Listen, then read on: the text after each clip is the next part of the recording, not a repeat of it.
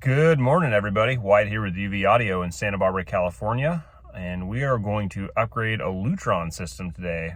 If any of you have been curious on how this works, this is the video to watch. This is going to be going over the hardware explanation of how it works and the conversion parts needed.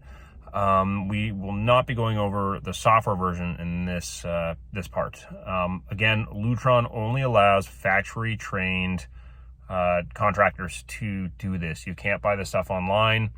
You can't attempt to do it yourself. Do not attempt to do it yourself. And always find a Lutron authorized technician to do it for you. You can go to their website, and we'll link it below of where you would find an authorized Lutron dealer to do this exchange for you.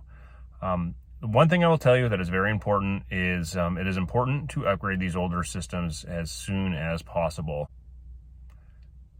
It's important to do these upgrades for a few reasons, and those reasons are, of course, we want to make sure the system is in perfect working order all the time. It can't fail. We want to make sure that you get the best out of all your features, like using your lights with your phone, setting up your own timers, setting up your own schedules, creating your own scenes, using your phone with Amazon Alexa or Google Assistant or whatever they call it, integrations with Crestron, Savant, Control4, all sorts of other fun stuff.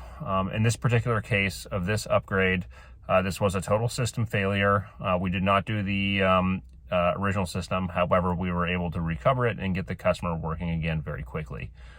So again, if you have an older system, contact a Lutron authorized professional and have them come take a look at it. Make sure that the database is safe and protected, because if that database goes or gets corrupted, then this turns into a significantly more complicated project. So you want to be in and out. You don't want to be ill-prepared when you go into an upgrade like this. Enjoy the video. We are here at home. We got a Homeworks Illumination system, and we're going to be switching out to Homeworks QS. And I know everybody here is going to ask, why am I not switching out to QSX? Well, we can't. We got these bad boys in here, which QSX is not compatible with, so we're going to give them an upgrade to QS. We are doing this because we are getting the blinking light of doom, which means that our processor probably isn't happy. We tried resetting it, tried doing all the common stuff, and now we're going to try to extract the data from it and hopefully have a successful conversion. And then the customer will be able to do all sorts of fun stuff, use the system from their phone, and all sorts of things like that. I'll go over all the details shortly here. So we are extracting the project right now, which is hit or miss. Sometimes this works, sometimes it doesn't. And if this does work, then it's going to make this significantly easier. If it does not work, then we'll be spending a bit of time here today because we'll be doing this whole thing from scratch. This connects to a PC via a serial cable, then into the actual lighting processor right here. All right, a little update on the Lutron project here. Unfortunately, the database is totally corrupted, which means we need to completely rebuild this system, which is a total bummer, but that seems to happen quite a bit. This is important to remember, because if you have one of these systems, contact a Lutron dealer and an integrator to get you guys updated to the Homeworks QS system before it's too late. This customer called us as soon as the system stopped working. Lutron did recommend an update on this quite a while ago, so no fault of their own. But yeah, once these things get to a certain age, preventive update and replacement is suggested, especially because it's not just, you know, updating your same stuff. You get all the new features and all the great stuff that Lutron has to offer, such as integration, mobile device connections, and all sorts of fun stuff. The one thing is that Lutron has made this nice is you do not have to replace all the equipment. You can actually replace just the parts that are bad, and then they sell packages to make this compatible with the newer stuff. So we're in the process of removing the old processor. What we're going to do is this. We're going to remove this guy right here. This is the Homeworks Illumination processor. And what we're going to do is we're going to remove that. We're going to install a DIN rail. Actually, we're going to install the DIN rail down here for their DIN rail power supplies. And then we're going to mount the Homeworks QS P6 processor in this place. I'm actually going to use two. I always suggest using two for backup purposes, as well as additional links on the processor. So we're going to replace this one processor with two processors. All right, guys, so here's the panel all emptied out. So unfortunately, it's going to be very hard for me to film a live video on how this all works. basically because it's in this little tiny corner here of this closet that somebody built a cabinet around, which, by the way, they shouldn't have done.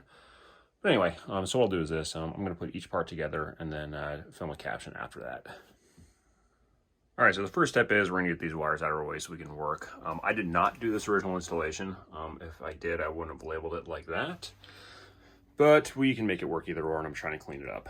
One thing I'll always do with a Homeworks Illumination upgrade is replace this as well. So this technically works. However, it is aged, and I want to make sure it stays working. So we're going to replace this adapter for a new one. This powers all the keypads in the wall. With the Homeworks Illumination system, the processor and the power supply does not power it like the newer systems. So we were able to successfully mount our DIN rail right over here. And now the next thing we're going to do is add the power supplies onto that.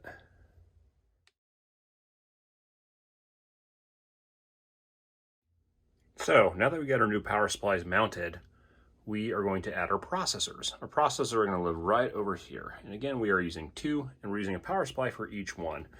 And a lot of you are going to tell me that 1 is more than enough to power both of them. I'm aware of this, but I always like to use 2 in case 1 fails. So in case 1 fails, the customer will still have a working system.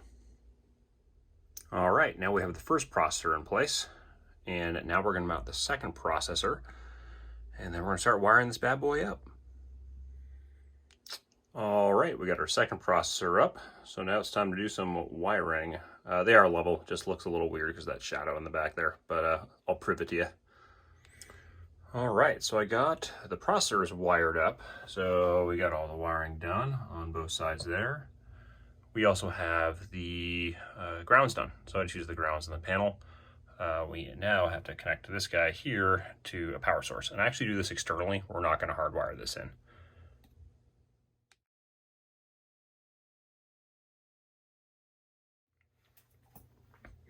All right, so we have our power supplies powered up. So how we did this is we have a cord going from that one to the first power supply right there, and then just using Romex going to the second power supply right there. This outlet right here is going to go for a power supply for our keypads, since it's an external 15 volt. Then that guy wires run up to our processors, and don't worry, I'll zip tie up, make it a little cleaner after, to these processors. The next step is to connect the 2 processors together via Cat 5, and then we're going to basically connect this Cat 5 cable to the garage, and the garage is going to connect to where their router is. Again, we didn't do any of the network setup here. We typically do, but they didn't want us to take over the network, so we're going to let them on that one. All right, so the next thing is we had to terminate this Cat 5 wire. There's no termination on it. I do usually use strain reliefs. However, it's a little congested in here, so it's going to make my cable a bit too big. So I'm not going to use a strain relief on this project. This is Cat 5. It's not 6. Doesn't matter for this application anyway. I believe these things only connect at 10/100. What we do need to do is, it's not labeled where this thing goes, so we're going to need to strap a toner to this thing and figure out where it goes. So here's our toner. We are going to go to the garage now and figure out which wire this is. So I already figured out which wire is which, and you do this basically running your wand across these, and then when you find your wire, pull it out of the bundle. I already found it, and it's this one here, as you can tell. So now we're going to take a label, throw it on that guy so we can find it in the future. So to prevent any issues from arising, we're just going to test this wire just to make sure the termination is right. So we're going to put the remote on there, and then we're going to put this guy up in the garage and make sure that section of the wire is good. So we've plugged the other end of the tester in, and we're indicating 4 green lights, which means every pair in this wire is good, which means it will work. And essentially what we're doing here is we need to pass this cable through to another location where the customer has their modem and router located. So we're going to use the wire from the living room, put a coupler on this wire, and that will go downstairs to our lighting panel and provide internet to the panel. So this is where there is a RJ45 for the internet near the router, which is right here. Again, we didn't do this work, so don't criticize me for it. Anyway, what we're gonna do is we're gonna go right in there. We're gonna go right from the output on this modem, and right in there. So, same protocol. We are going to find the other wire now, and then we're gonna couple this one with whatever one that is.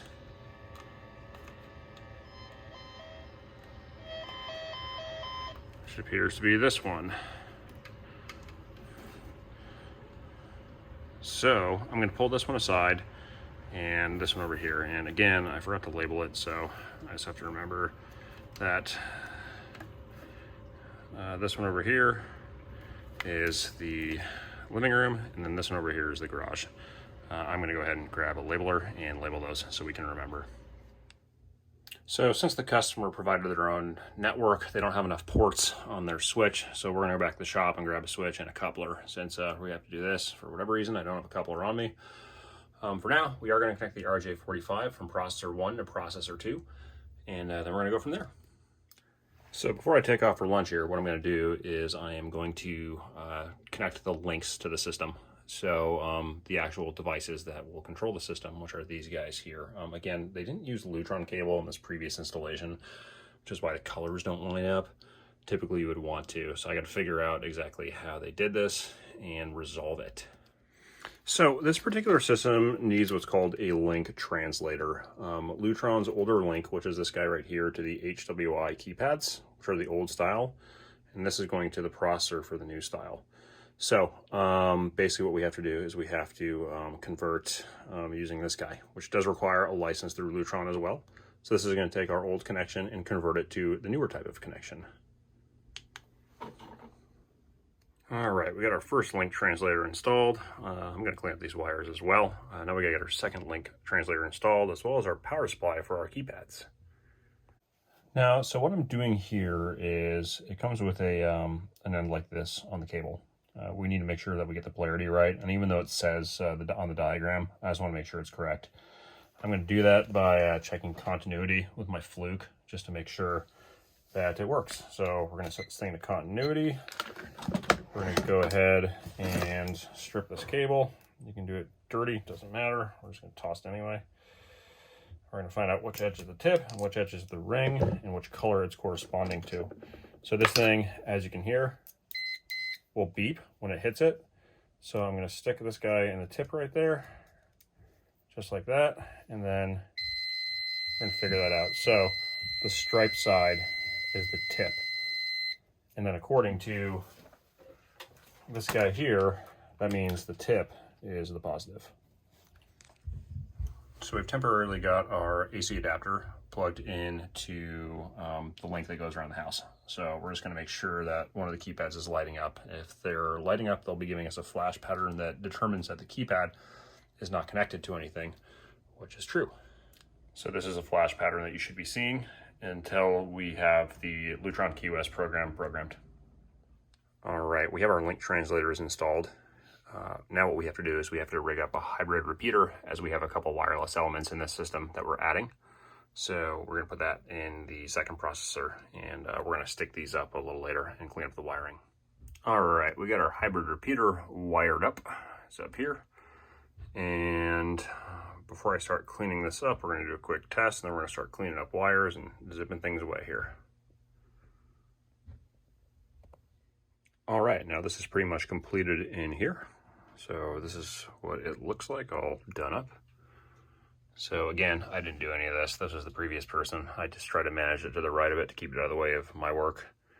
But anyway, here it all is. I'm going to vacuum it out shortly here. And this is what everything looks like. And of course, we don't have any connection on this point right here because it isn't connected upstairs yet, which is the next order of business. But anyway, here it is.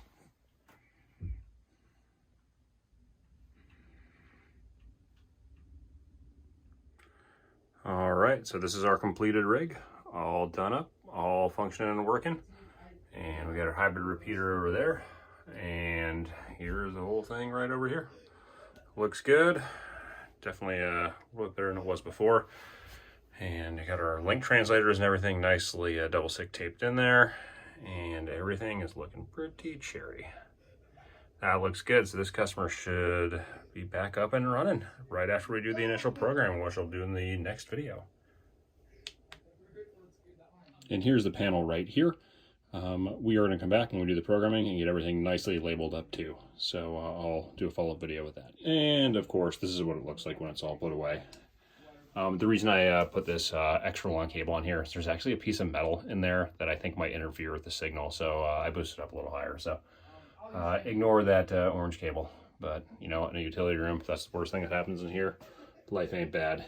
But again, this is an old Homeworks Illumination panel that we just upgraded to Homeworks QS.